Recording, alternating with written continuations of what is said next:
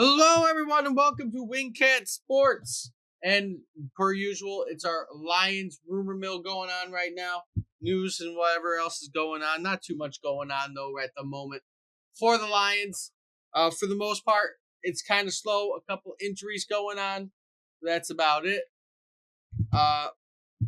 We have John Cominsky tearing his MCL, likely out for the year. It is a hit to the depth of the Lions, but it's nothing major.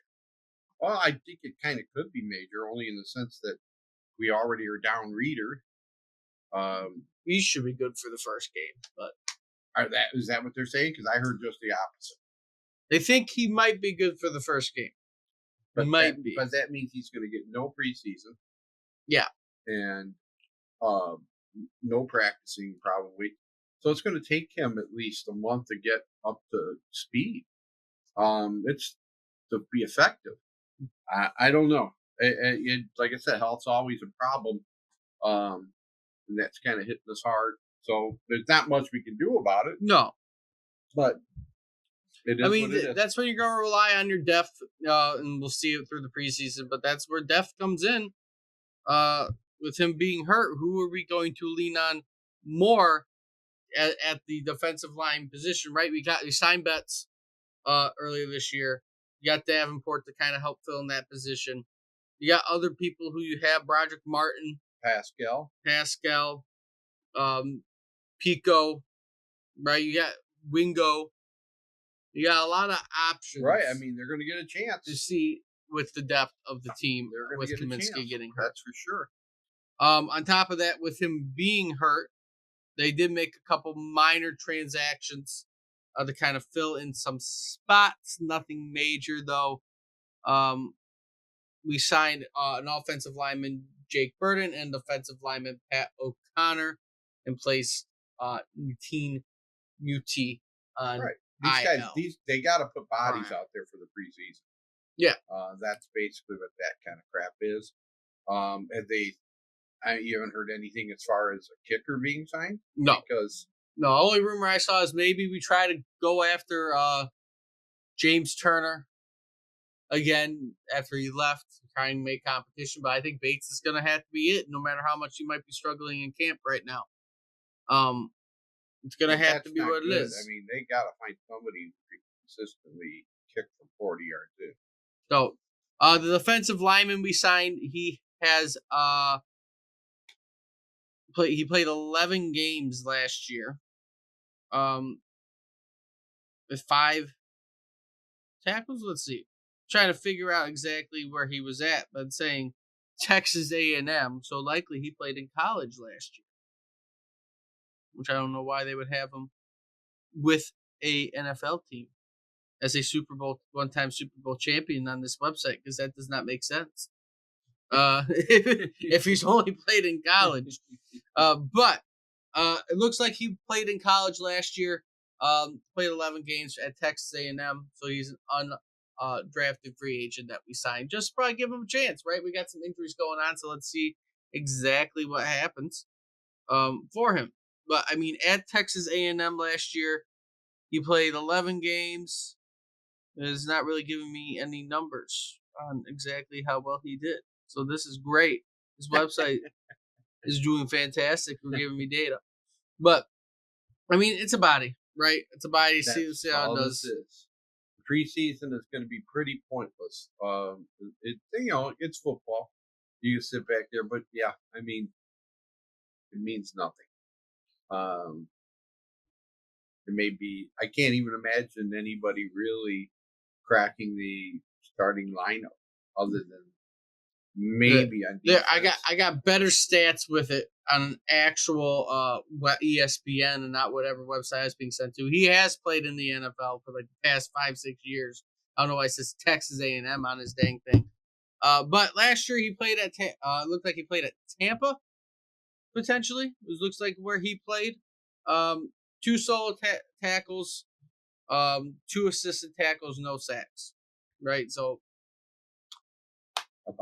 a body is what we got. You got a body.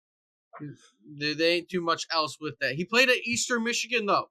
So, kind of bringing him home for his collegiate life. So, again, I don't know why that one website was telling me different. That is just weird. But okay. But I mean, again, just bodies. Seeing how people play. Practice squad potential player for us.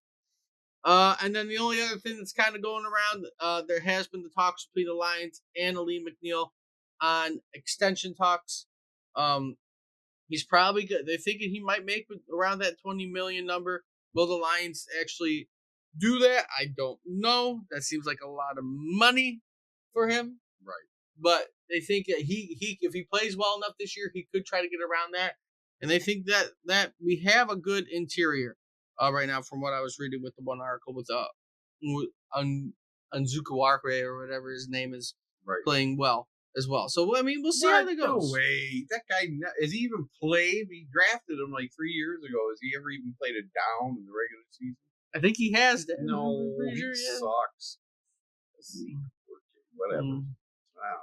If he plays well, they think that he might be able to play well too. I mean, I guess again, it's a wait and see on what happens, right? The players talking other players up, but McNeil probably will get a decent deal with how he has been playing, especially if he does have a good deal right now, a good season right now.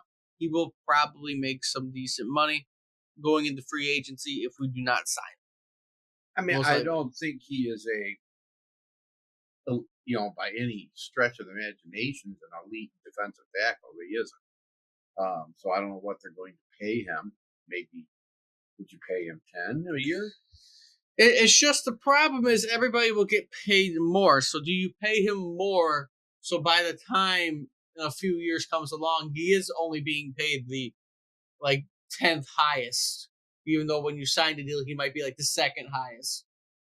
Because that's how it goes. Like you look at it with the St. Brown deal. Everyone's like, "Yo, you paid too much. Why would you pay that much for him?"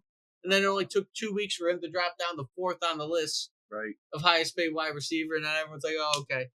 Right. It is what it's how it goes. QB wise, Jared Goff, right? He's paid up there with in the top 3, and then already this year 2 people got a deal better than him, right? And you're just gonna drop every time. So you can complain at the initial moment, but how much is he gonna be paid by the end of his contract, and is it actually gonna fit to where he is in the amount of defensive ends and tackles and whatnot? Because that's how it is. I mean, the salary cap to me is just, it's always gonna go up. incomprehensible. I mean, it literally went up 30 million. It went up 30 million last year. So I'm just a schmuck, so I can't really comprehend that. but like it is literally a whole player, or like a whole 3 or 4 okay players, all in 1 year that you just got with the salary cap. So, and that's what it is. NFL makes the money. You can raise the amount you're going to be able to have on a team. You got teams like my money. you got teams like the Saints that go 40 million over the cap, anyways. Right. There's always a way. They always said the cap's a fallacy. People find a way around it. So, but we'll see what ends up happening going into preseason. Preseason video out tomorrow. With all that being said, if you like what you see, like, comment, subscribe. Let me know what you think about any moves that the Lions might make before the season fully gets underway. Until next time, hope to see everybody soon.